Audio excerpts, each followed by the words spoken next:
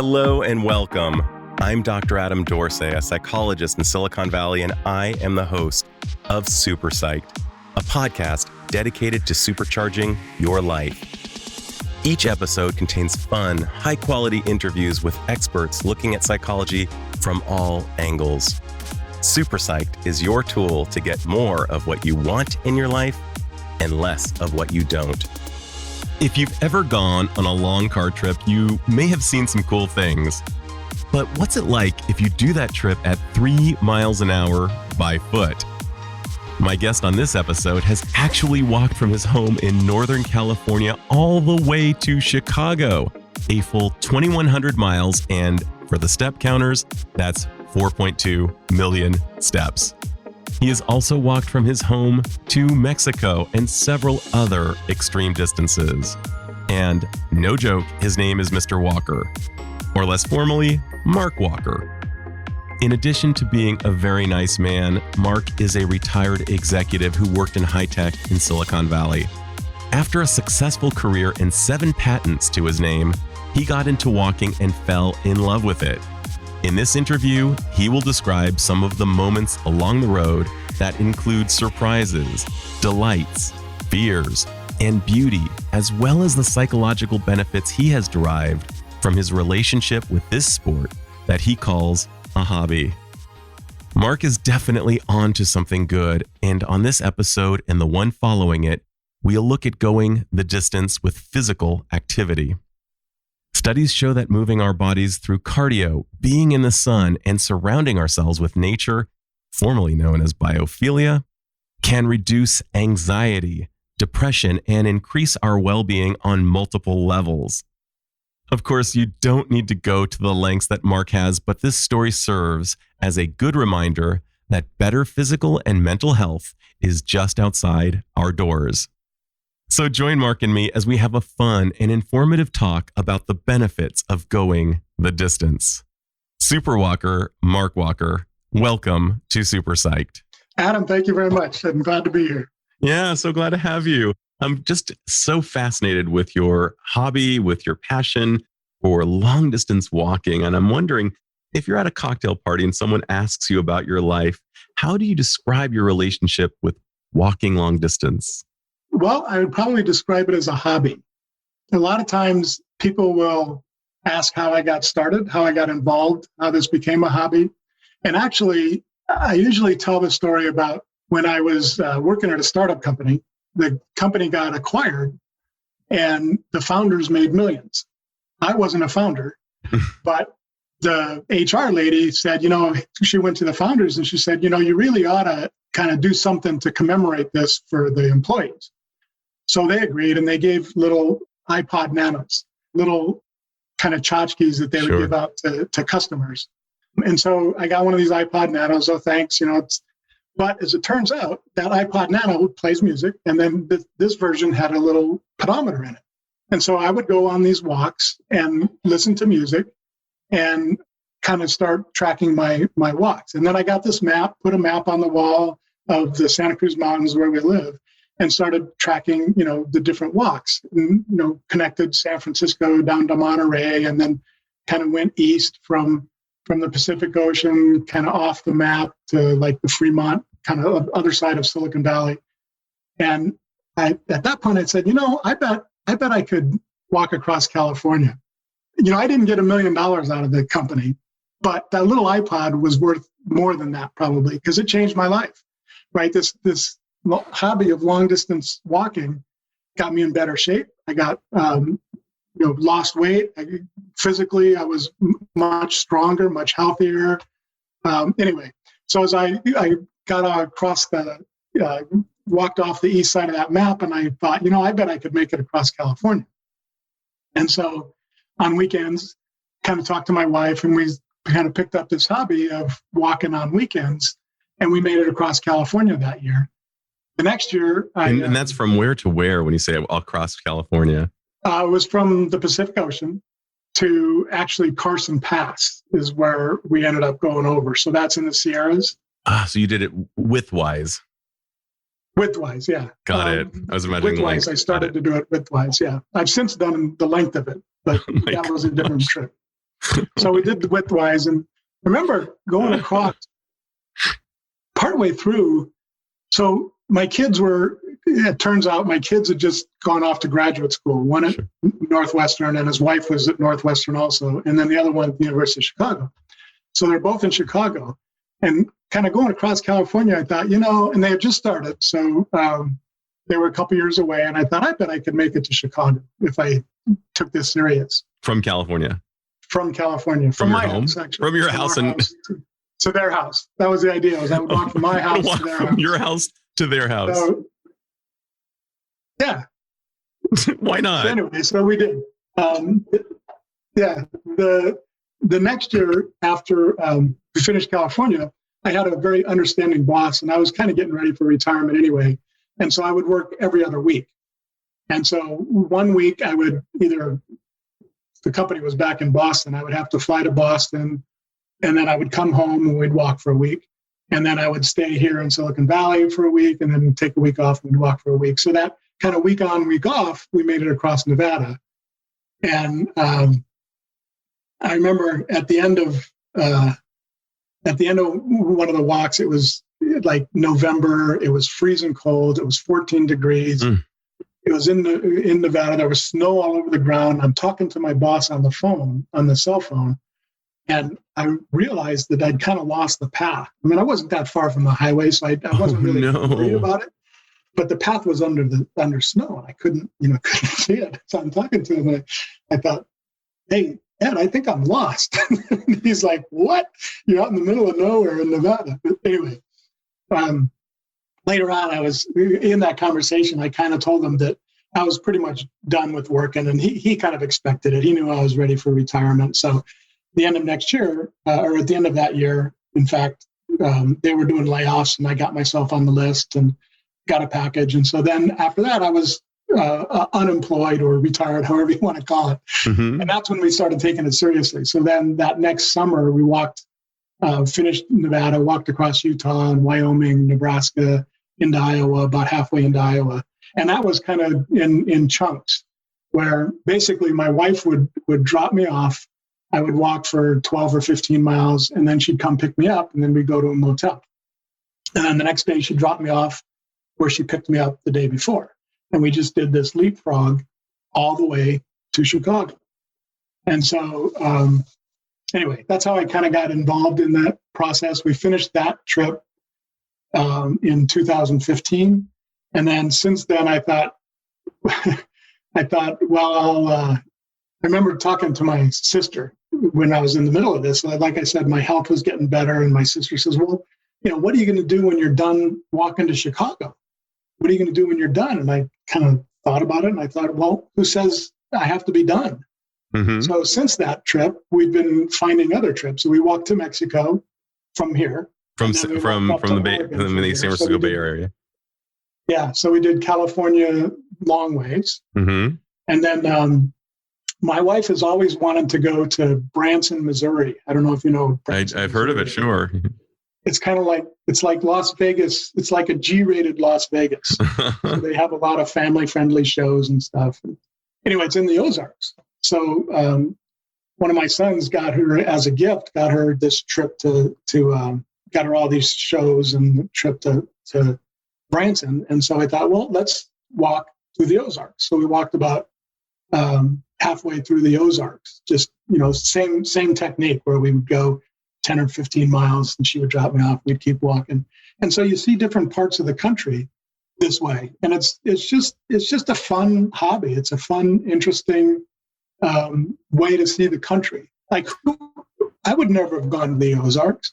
We ended up spending kind of a long time in a town called Fayetteville. Mm-hmm. Fayetteville is where the University of Arkansas is, and also happens to be the headquarters of Walmart. Mm-hmm. Things. And it's where the Clintons went to college. And so they have like a Bill and Hillary Clinton thing. And so there's just like interesting things that you would see in the country that you wouldn't see, if you just drove through. For sure. So in fact, I think my tagline, if you will, is this is just like a road trip, but it's at 3 miles an hour instead of 65 miles an hour. So you really get to see things and experience the land much more intimately. I remember John Muir apparently knew more than the scientists of his day just by walking the valley of Yosemite. And I'm guessing that the intimacy that you had with the land and the nature, the flora, the fauna, really just had a profound imprinting on you, almost the way it might have on John Muir before you. Well, it did. And in fact, one of the things I think about is Nevada. Nevada it's an amazing place. It's so desolate. There's nothing there, but it's fantastic in its desolation. It's just you'd come around a pass, you'd come through a pass, and you'd see the road go on for 15 miles to another pass. And that would just go on and on and on. And everything is the same color. It's tan. It's got these mountains that are, north to south, that are running north to south. You're walking through them. And it's like this desolation is awesome. Now, contrast that with, you get into other areas like I think of Logan Canyon in Utah, is beautiful. It's lush. It's got this huge kind of river running through it. And we walked through Logan and then up to, I think it's called Bear Mountain. And it's where my son's wife's family is from. And they would go there and they would do their skiing trips. And they, she loves the mountain. And it's like, I can see why. It's beautiful and it's scenery, And so those are contrast, vast differences between those two. But they're both beautiful in their own way. Sure. And I imagine deeply meditative. I'm wondering, given all the miles you've walked, there have been so many internal and external experiences that you've just even noted already. What's it like to walk in silence for several hours?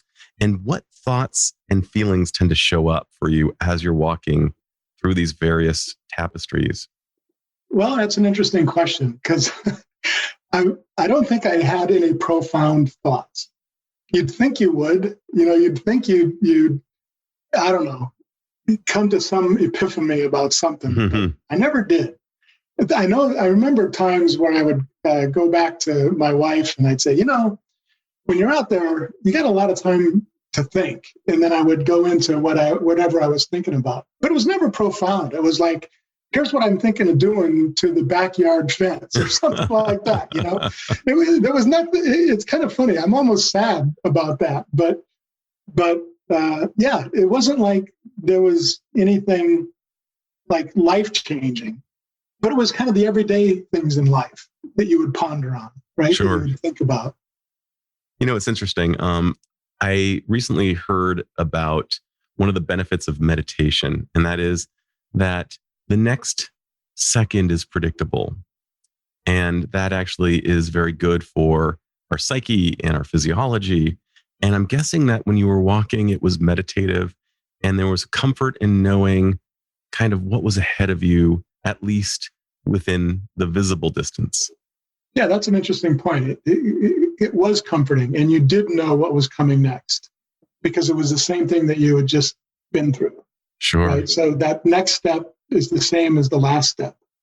So it's really funny. I mean, one can't help but notice that your last name is Walker and you're a walker. And I'm wondering what are your, there's a recognized bias through which people with the name of Dennis, for example, are more likely to become dentists, and people with the same first letter more often than chance marry. And I'm just wondering how this walker became a walker and what are your thoughts on that idea? Yeah, I think that's pretty funny. In fact, I guess I see the irony in it. I never felt motivated that, that's why I did it. My brother doesn't do it. My sister doesn't do it. Yep. My parents don't do it. Actually, that's not true. But we were in Boy Scouts. My dad was a big Boy Scout guy. And so he liked to do the hikes and stuff. So in the long distance walks. I mean, that's not unique to being a walker. So. Sure. I just couldn't help but notice I was thrilled by that. It's almost like a smith becoming a smith or a mason becoming a mason. And as it happens, we have so many options particularly in the United States, so many good options. I remember having dinner with somebody who was new from the Soviet Union, and he was just overwhelmed with the options that were available. Super salad. You want salad? What kind of dressing do you want? And what kind of lettuce do you want? And, what type of dessert do you want with this? And he was just totally blown away. He was saying, in the former Soviet Union, we didn't have choices. It was all decided for us. And there is almost a tyranny with so many choices. There's a paradox of options. Too many options can actually almost be flummoxing. And I would think that given how many options there are for you to really drill down and go deep, as you did with walking, it meant that there were many things that you didn't get to do. I'm wondering what it was about walking in particular that caused you to really double down and say, I'm going to do this for hours and literally thousands of miles. I think it was probably goal setting. I'd kind of set this goal to walk to Chicago. And having had the goal, it's like, that's what we're going to do. That's just how we're going to spend. I got to do it. I got to do it. I said I was going to do it. I'm going to do it. Yeah, I think that's it. I think it was just a matter of goal setting and then deciding that's where I'm going to prioritize my time. And yet there's something so audacious. I mean, the audacity to say, I'm going to walk. How many miles is it from your house to Chicago? It's about 2,100. 2,100 miles. I mean, to bike that is a big deal. To walk that at 3 miles an hour, we're talking about 700 hours. Yeah, it's a long time, for sure. It's a long time. For sure. The pioneers did it, right? And they did it in 1 year. I did it over a couple of years. Got it. And just so for the listener to understand, it sounds like you literally did it in chunks and you would fly home and then you'd start back at the same spot. How did you meticulously, you just kept a record of where you last stepped? Yeah, I absolutely we kept a little logbook of, this is where I got picked up. And it's funny how usually I didn't even need the logbook, right? We would just drive up to it. That's where you picked me up because you're there. You're in the moment, right? I remember that rock, I remember that tree right there. That's where you picked me up. And I would remember it better than my wife. She was driving, but I was out there in the elements. Not that the elements were necessarily bad, but there were times when it was awful hot and times when it was awful cold and rainy. But you're in the elements, and so you remember where these things are. But we would leave them. Sure. You mentioned losing track of the path, which sounds terrifying when you were talking to your boss on the cell phone. And I'm wondering, have there been other frightening experiences along the thousands of miles you've walked? There was actually a couple frightening experiences. So here's the one that was probably the scariest. Was I was in the middle of nowhere on a lonely highway. Nobody's out there. And I don't remember the state. It might have been Wyoming or it might have been Utah or even Nevada. But anyway, there was nobody out there. It was completely desolate. And you walk facing traffic so that you can see traffic coming to you. And as I'm walking, this semi-truck, 18-wheeler, comes up. And he's slowing down, and he stops. And I kind of wave to him because people are generally pretty nice. A lot of times people would ask if I needed a ride, if I was lost or something. He stopped and I waved and I said, I'm fine, gave him the thumbs up and, keep moving. Thanks for stopping. And he backed his semi, this 18-wheeler, he backed it up on the highway. And he rolled his window down and he says, hop in. And I thought, I'm not getting in cars. Yeah. And I mean, he was kind of pushy about it. He was younger than me. He was a young man, clearly probably stronger than me. If he had a weapon, there was nothing I could have done. But he was pretty forceful about, get in the car. And I just said no. And I turned around and I just kept walking. And I didn't have a weapon with me. I didn't have anything to protect myself. So anyway, he respected it and he drove on. And then he only drove on about a half a mile, and then he backed up, turned around this Oh my gosh. huge thing, and then drove by me, and he drove by really slow, and he waved, and I waved, and he went on. And I thought that was creepy. Yeah. That was really creepy. And I thought, who knows? Maybe he was just being a good Samaritan, but it was creepy. And for the first time, it occurred to me that maybe this is how like single women feel when they're in a vulnerable position, right? Like late at night in a parking lot or something. I can't believe you. Your intentions might be great, but okay. So then here's the lesson in that story. Fast forward a year later, and I'm in Iowa, almost at the Illinois border. And one of my sons, who was in Chicago, had flown down, anyway, he came down and he was going to walk with me over the weekend into Illinois, just to kind of support me and stuff, be my friend. So we're walking in Dubuque, Iowa, and we're walking by this apartment complex. And there's these two young women wrestling with this couch. They're clearly moving into their apartment. And they've got a 9-foot couch and a 7-foot doorway they're trying to get through. And, we're walking and my son thinks, okay, he's going to go open the door to be polite to them. Sure. Because they're struggling. And I thought, no, I'm just going to take over, right? Chivalry's not dead. I'll go. Come on, Ben, let's move the couch in. So we do. We kind of take over. I kind of take over. We wrestle with this couch. It's awkward, but we get it in. And then the elevator's problematic, and it's also a 7-foot elevator, a 9-foot couch, and it doesn't fit. And we wrestle with it. We get it in there, and we get it up to their 4th floor, and we bring it into their house, drop it off, and they thank us. The women were very polite, very kind, thank us, and we move on. And then I'm talking later with Ben about it, and I said, maybe I shouldn't have just stepped in and done that. And he said, yeah, you probably shouldn't have. He said, most people want to be self-sufficient, regardless of gender. So anyway, at the end of it all, we kind of talked through it. And at the end of all, he gave me some great advice. He said, probably what you should have done is ask them if they wanted your help. Mm-hmm. It's like, duh. So anyway, so here I thought I learned this lesson from the truck driver. And I didn't, right? But I did learn it from my son, I think. I think next time I see something like that, I won't assume that, the chivalrous thing to do is to jump in and help. I'll assume that I should ask if they want help or not. Gain consent. Well, it's really interesting that you brought up the truck driver and the lesson you took away from it, because in 1993, and you cannot make this up, I was in Nepal with a good friend of mine, and we were trekking some mountains, and we were on a particular range where there were a lot of water buffalo, and the water buffalo are known to charge at men, not at women, but they'll charge at men.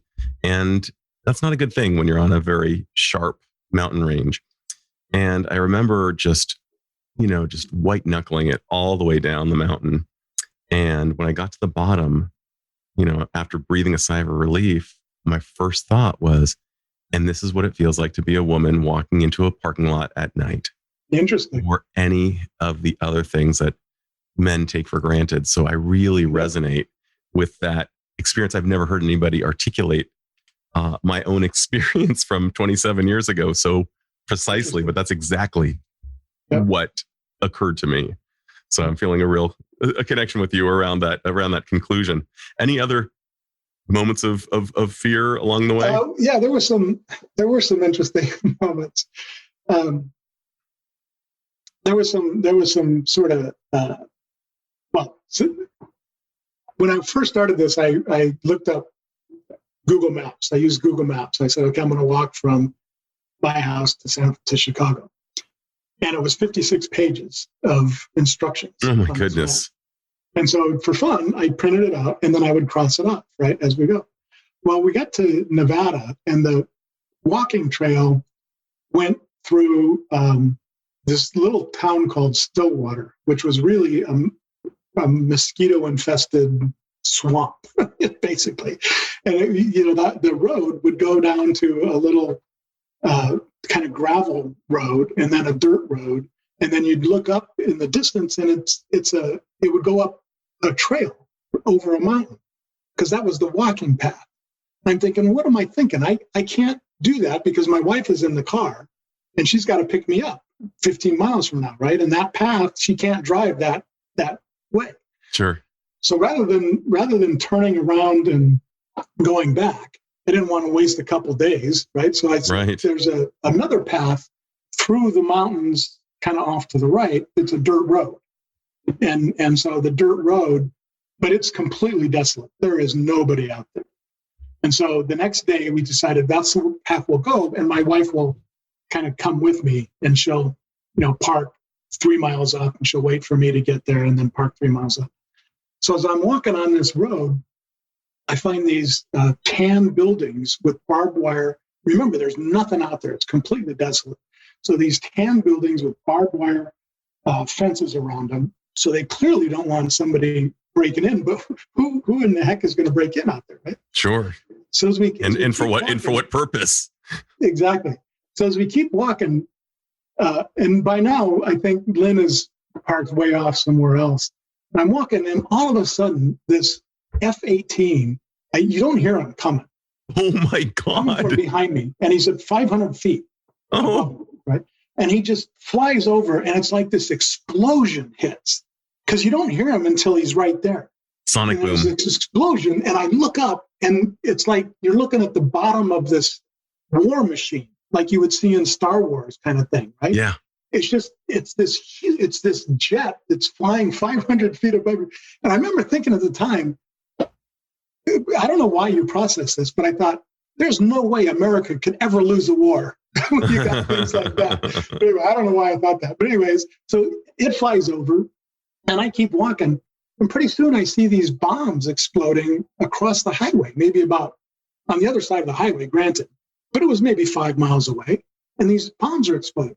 Well, it turns out where I was walking was through Fallon, Nevada. And Fallon, Nevada is got Top Gun training. No way. These from the Naval Air Base Fallon. And I'm walking. Now, granted, it was the other side of the highway, but this is where their gunnery range is, right? This is where they're dropping practice bombs. So that's why they had barbed wire. So I'm thinking that these buildings I saw must have been government observation posts or something. I don't know. Oh my goodness. But there's something government that would have to do with these bombs going off across the highway from me. So that was pretty weird. That was pretty scary. Oh, that's entirely nuts. It was. And the scary part, of course, was this F-18 just flying over your head. It's just this awesome power of this machine that's going. And then the bombs were kind of like spooky, not so much scary, because they wouldn't be bombing, I don't think, on my side of the highway. Right. Or if they did, they wouldn't have let me in. And I don't even know how fast an F-18 can go, but I'm guessing it's probably like 1,000 miles an hour or something crazy like that. I have no idea. I'm sure I'll have to look that up. But yeah. So, we're talking about all the things that one could encounter on a 2,100 mile journey or beyond, because you've walked so many others. What have been some of the greatest delights, perhaps surprises, that you've encountered along the way? One of them was this little town called Lander, Wyoming. Yeah, who's ever heard of Lander, Wyoming? Sure. It's kind of right in the center of Wyoming.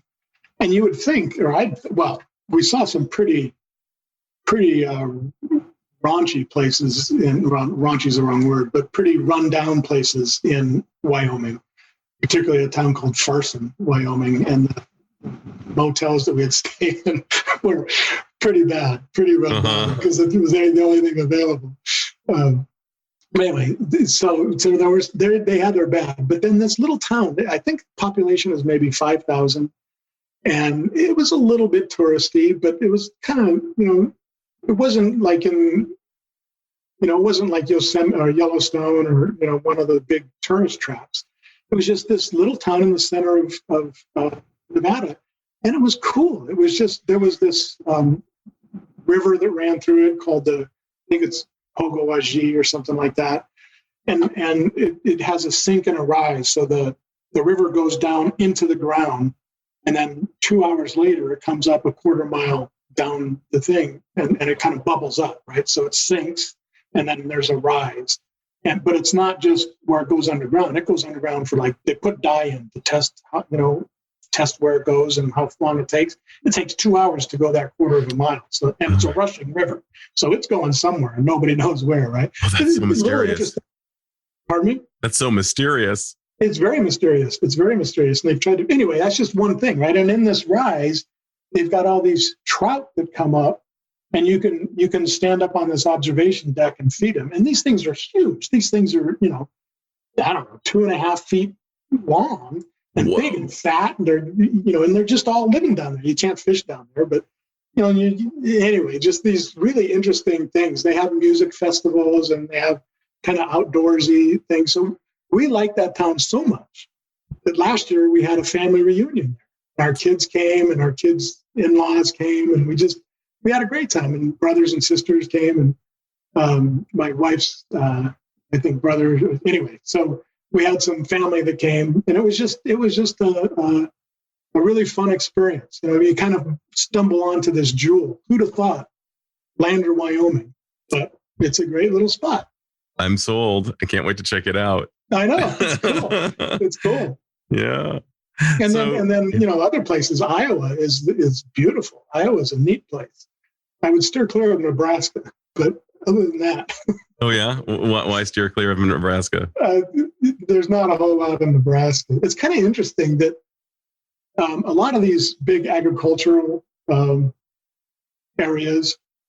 So this is my opinion. I don't know if it's true or not. I think it's probably true. But between the GMO crops, where you can get kind of 3 times the yield for the genetically modified crops, and then with the big combines, you get kind of 3 times the productivity. So you don't need. So you got 1/10 as many. You need 1/10 as many people to support the industry that was there, that these towns were built around. So these towns are all ghost towns. They basically have saloons and they have hair salons, and that's all that's in these towns. And all the storefronts are closed, and they're like ghost towns because you don't have the infrastructure that you used to need. So that's kind of what my impression of Nebraska was. Sure. A lot of these kind of ghost towns with nothing going on. I love that. So saloons and salons. That's what they got. Saloons and salons. I'm wondering, since this is a psychology podcast, how has your psychological well-being benefited as a result of having this love affair with long-distance walking? I definitely think I'm more mellow, if that's a psychological term. Sure, why not? Works for me.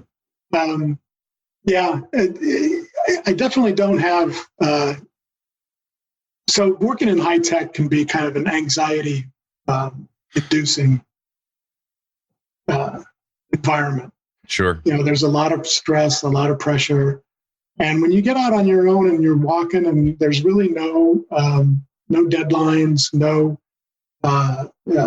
report that has to be written.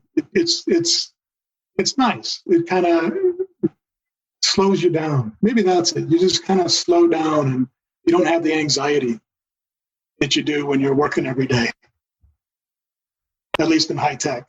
That makes so much sense. Yeah, it mellows you out. And that sounds like a wonderful thing, especially as a way to decompress from all the cumulative years of being in big demanding companies, small companies that are also demanding because they're startups you mentioned. My last question is this. If someone said they wanted to get into long distance walking, how would you advise them? One step at a time. Just go get started. No, I think, so get good shoes, get out and do it. I mean, I didn't start walking to Chicago. I started walking in the Santa Cruz Mountains, right? I started walking shorter trips and building up to longer trips. And I remember once when I was at the beginning of this, long before we started the trip to Chicago, I had a big day planned where I was going to try to walk. I think it was an 8-mile walk towards Big Basin. And I packed a lunch and I got all ready, and it was going to be a big deal, I thought. And it turns out it wasn't, but it wasn't that hard because they'd been building up to it, right? Mm-hmm. And so my recommendation would be, build up to it. Then in my case, I really needed a supporting wife or a supporting person to be there. So Lynn was very instrumental and very accommodating. She loves to read. She reads insatiably. So to her, this was kind of like, a vacation also, because she got to go stay in these motels and read a lot. She'd get to go to these different museums, different towns and see the town and stuff. And so she definitely she enjoyed the trips also. But if she hadn't been there as the side wagon, right, to pick me up and take me to the camping grounds or the motels, this never would have happened. Now, people can do wilderness hiking. And when I was in college, I did do a trip from across Oregon, from California to Washington, with a couple of buddies. And that was wilderness. And that was where, you packed everything, you had food drops mailed to you. I was 20 years old, so you could sleep on the ground then. Or right. I could sleep It's so bad. But, at my age, I definitely would not want to do that. Some people do. Some people are fine doing that, but I wouldn't want to. So anyway, just start by, kind of one step at a time. Start slow, build up. And then it's great to have a supporting member there, supporting cast helping you out that also enjoys the process. Well, Mark, it's been so much fun getting to talk with you about this. And I just had a vicarious thrill of imagining walking through various landscapes, towns, of course, F-16s, was it F-18s flying above you, and just everything you discovered along the way. Thanks so much for sharing your love affair with long distance walking with my listeners. You're welcome. And thanks for taking the time to listen. This is Dr. Adam Dorsey thanking you for listening to Super Psyched.